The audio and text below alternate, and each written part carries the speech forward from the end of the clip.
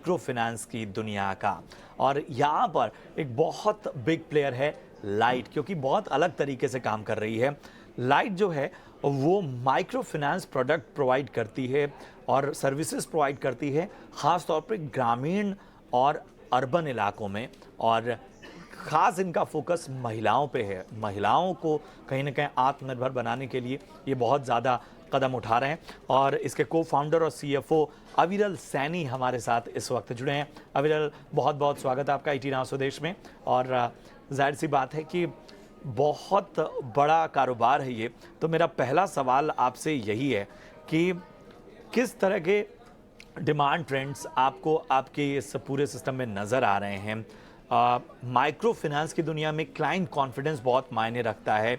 बता आप सकते हैं कि किस तरह की टारगेट ऑडियंस है आपकी, किस तरह का कारोबार है? ये एक्चुअली बहुत जो दूसरा सवाल है ये काफ़ी ज़्यादा ज़रूरी है। तो ऑडियंस के लिए मैं पहले माइक्रो फाइनेंस ब्रीफली बता देता हूँ कि संक्षिप्त में बताता हूँ कि ये एक्चुअली होता क्या है। जैसा कि नाम सजेस्ट करता है माइक्रो फाइनेंस, माइक्रो मतलब छोटा, सैशे साइज़, फाइनेंस आप सेविंग ले लो, म्यूचुअल फंड, इंश्योरेंस, लोन। तो जो भी फाइनेंस से जिसका लेना होता है वो फाइनेंस के अंदर आ गया। तो ग्लोबली माइक्रो फाइनेंस ऐसे बताया जाता है। इंडिया में माइक्रो फाइनेंस जो है वो आरबीआई के तहत आता है। खाली एनबीएफसीज़ या बैंक्स कर सकते हैं और वो आरबीआई के गाइडेंस के अंडर ही कर सकते हैं। उसके अंदर आरबीआई ने बहुत क्लियरली बोला है कि खाली लोन्स माइक्रो फाइनेंस के अंदर आएँगे।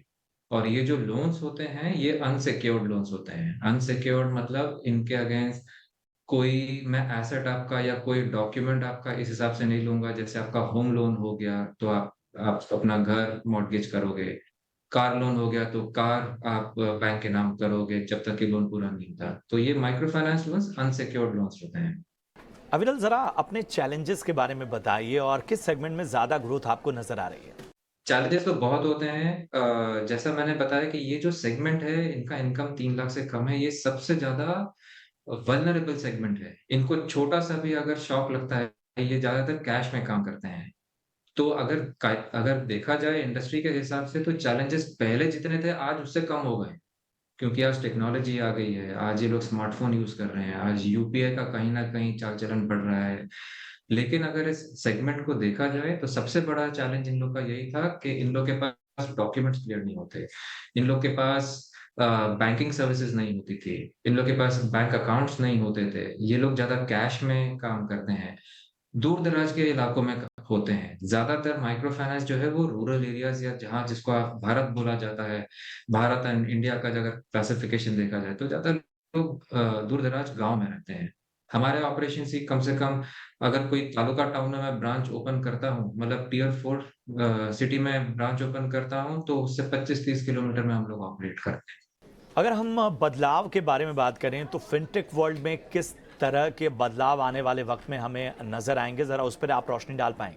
आपका जो स्पेसिफिक सवाल है अर्बन में अभी फिनटेक ज़्यादा है, क्योंकि अर्बन में स्मार्टफ़ोन ज़्यादा है, हर घर में कम से कम 2 स्मार्टफ़ोन हैं, महिला के पास 1 है, उनके पति के पास 1 है, बच्चे के पास शायद 1 और होगा। तो डेटा ज़्यादा होता है, स्मार्टफ़ोन ज़्यादा है, एक्सेस ज़्यादा है, अवेयरनेस ज़्यादा है, तो फिनटेक अभी ज़्यादा अर्बन फिनोमिनन है। रूरल जैसा मैंने बोला आने वाले 5-7 सालों में ये चेंज हम लोग रूरल में भी देखेंगे। अविरल, हमें बताइए कि किस तरह की आप सुधार चाहते हैं फाइनेंशियल इंस्टीट्यूशंस में टेक्नोलॉजी के अडेप्टेशंस को लेके? आपका जो स्पेसिफिक सवाल है अर्बन में अभी फिनटेक ज़्यादा है, क्योंकि अर्बन में स्मार्टफ़ोन ज़्यादा है, हर घर में कम से कम 2 स्मार्टफ़ोन हैं, महिला के पास 1 है, उनके पति के पास 1 है, बच्चे के पास शायद 1 और होगा।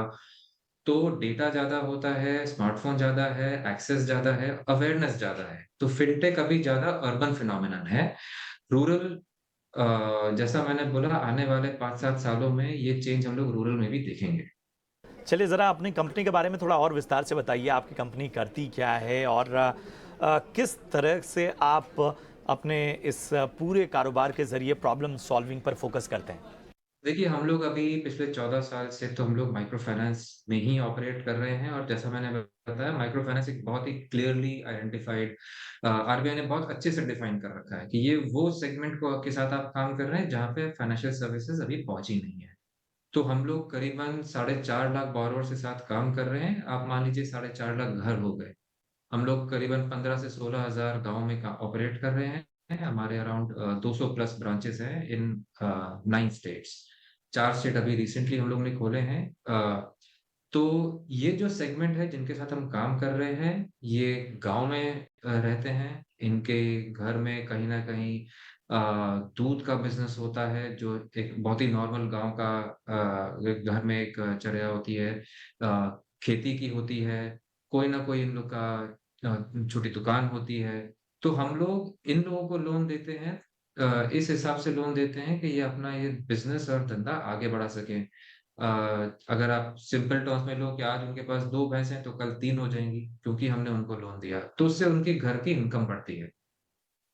ये तो हुआ कारोबार। तो ग्रोथ के आउटलुक के बारे में ज़रा हमें बताइए और आईपीओ को लेकर किस तरह की प्लानिंग चल रही है?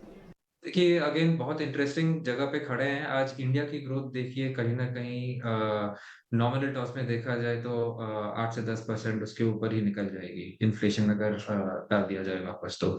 उसी हिसाब से जो सबसे ज़्यादा ग्रोथ आ रही है, वो एक्चुअली रूरल इंडिया में ही आ रही है, अपने भारत में आ रही है। इन लोग का जो रिटर्न ऑन इन्वेस्टमेंट होता है, बहुत मज़ेदार होता है। किसी दिन अगर बैठ के कैलकुलेट करेंगे तो अलग ही आपको पता चलेगा। तो ये जो सेगमेंट है बहुत तेज ग्रो कर रहा है। माइक्रो फाइनेंस, रिटेल एसेट्स अगर मैं बात करूँ चाहे वो पर्सनल लोन हो, होम लोन हो, कार लोन हो, गोल्ड लोन हो, फास्टेस्ट ग्रोइंग सेगमेंट है इस समय। ईयर ऑन ईयर आप कितने भी क्राइसिस डाल दो वो 30 से 40% तो ग्रो कर ही रहा है। हर साल उसने उतना ग्रो किया है, पिछले 13-14 सालों में। और ये ग्रोथ रुकने नहीं वाली है क्योंकि ये सेगमेंट बढ़ रहा है, उनकी इनकम्स बढ़ रही हैं, उनकी डिमांड्स बढ़ रही हैं। तो ग्रोथ आउटलुक बहुत अच्छा है इंडस्ट्री का और कंपनी का भी। कंपनी भी कहीं न कहीं देखा जाए तो हम लोग ने पिछले 11 साल में हम लोग 10x हुए हैं। 100 करोड़ से आज हम लोग 2000 करोड़ पे आ गए हैं। 13-14 एक्स हम लोग हो गए हैं। और आने वाले 5-6 सालों में हम इसको और 10x करने का प्लान कर रहे हैं क्योंकि बहुत डिमांड है, ग्रोथ अच्छी होने वाली है। जहाँ तक आईपीओ का सवाल है आईपीओ हर कंपनी का कहीं न कहीं उनके रोड मैप में एक माइलस्टोन आता ही है। अ, हमारे रोड मैप में वो एक माइलस्टोन है। कब आएगा, कैसे आएगा, वो आई थिंक टाइम बताएगा और जैसे-जैसे आगे चलते जाएँगे उस पे डिपेंड करेगा। पर हाँ, वो भी एक ऑप्शन है जो हम इवैल्यूएट करते रहते हैं। बहुत बहुत शुक्रिया करेंगे अविरल इस खास बातचीत के लिए और आपके भविष्य की तमाम योजनाओं के लिए, एक्सपेंशन के लिए और प्लानिंग के लिए ढेर सारी शुभकामनाएं। तो ये थे अविरल सैनी और इन्होंने माइक्रो फाइनेंस की दुनिया को डिकोड करके हमारे सामने रखा। तो कोशिश आज यही थी स्टार्टअप मंत्र में हम दो अलग अलग फील्ड को एक जगह लाकर रखें। रियल एस्टेट में जिस तरह से नो ब्रोकर काम कर रहा है, माइक्रो फाइनेंस में जिस तरह से आज लाइट काम कर रही है, ये अपने आप में एक अलग तरह की ग्रोथ स्टोरी बताती हैं कि भारत में स्टार्टअप वर्ल्ड किस तरह से बहुत तेज़ी से आगे बढ़ रहे हैं। फिलहाल मेरे साथ इतना ही। दीजिए स्टार्टअप मंत्र की पूरी टीम को इजाज़त। आप देखते रहिए ईटी नाउ स्वदेश। नमस्कार।